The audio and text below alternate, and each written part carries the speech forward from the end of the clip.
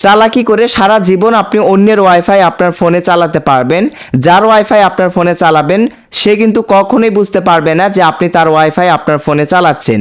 সে যদি আপনার ফোন কখনো হাতে নিয়েও দেখে যে আপনি তার ওয়াইফাই চালাচ্ছেন কিনা, সে কখনোই বুঝতে পারবে না। এমনই একটি সেটিংস রয়েছে, সেই সেটিংসটি আজকের এই ভিডিওতে আমি আপনাদেরকে দেখিয়ে দেব। তো এর জন্য অবশ্যই ভিডিওটা না টেনে সম্পূর্ণ ভিডিওটা মনোযোগ সহকারে দেখতে হবে। তো গাইস, অবশ্যই ভিডিওটা সম্পূর্ণ মনোযোগ সহকারে দেখতে থাকুন। তো সাধারণত আমরা যখন কোনো ওয়াইফাই কানেক্ট করি আমাদের ফোনে, কানেক্ট করলে কি হয়, এই যে আমাদের স্ট্যাটাস বারে এই যে উপরের দিকে ওয়াইফাই আইকন দেখা যায়।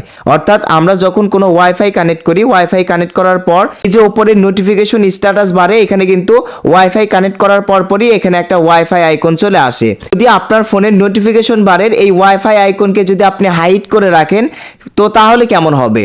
তাহলে কিন্তু কখনোই কেউ বুঝতে পারবে না যে আপনি আপনার ফোনে ওয়াইফাই কানেক্ট করে ওয়াইফাই চালাচ্ছেন। তো আজকের এই ভিডিওতে প্রথমে আগে আমি আপনাদেরকে দেখিয়ে দেব যে আপনার ফোনের নোটিফিকেশন স্ট্যাটাস বারের এই ওয়াইফাই আইকনকে আপনি হাইড করে রাখবেন কিভাবে।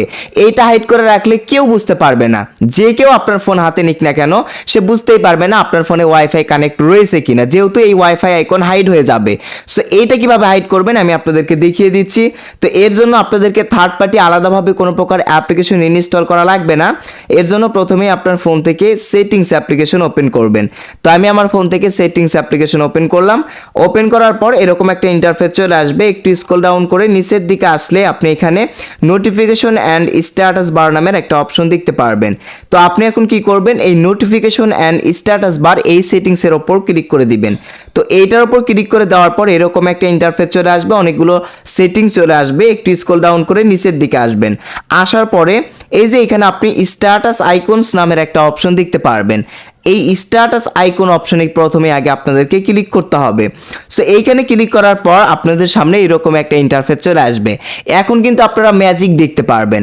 দেখেন এই সেটিংসগুলোর ভেতরে আপনি ওয়াইফাই নামের একটা সেটিংস দেখতে পারবেন। এই যে, তো আপনি এখন এই ওয়াইফাই সেটিংস এই যে এই অপশনটা কি করতে হবে, আপনাদেরকে অফ করে দিতে হবে। দেখেন এই অপশনটি অফ করে দেওয়ার সাথে সাথেই আমার ফোনের নোটিফিকেশন বারের এই যে ওয়াইফাই আইকন এটা কিন্তু হাইড হয়ে যাবে।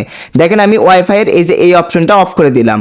এখন যদি আমার ফোনের নোটিফিকেশন বার লক্ষ্য করেন, এখানে কিন্তু ওই ওয়াইফাই এর আইকনটি আর নেই, অথচ কিন্তু আমার ফোনে ওয়াইফাই কানেক্ট ঠিকই রয়েছে।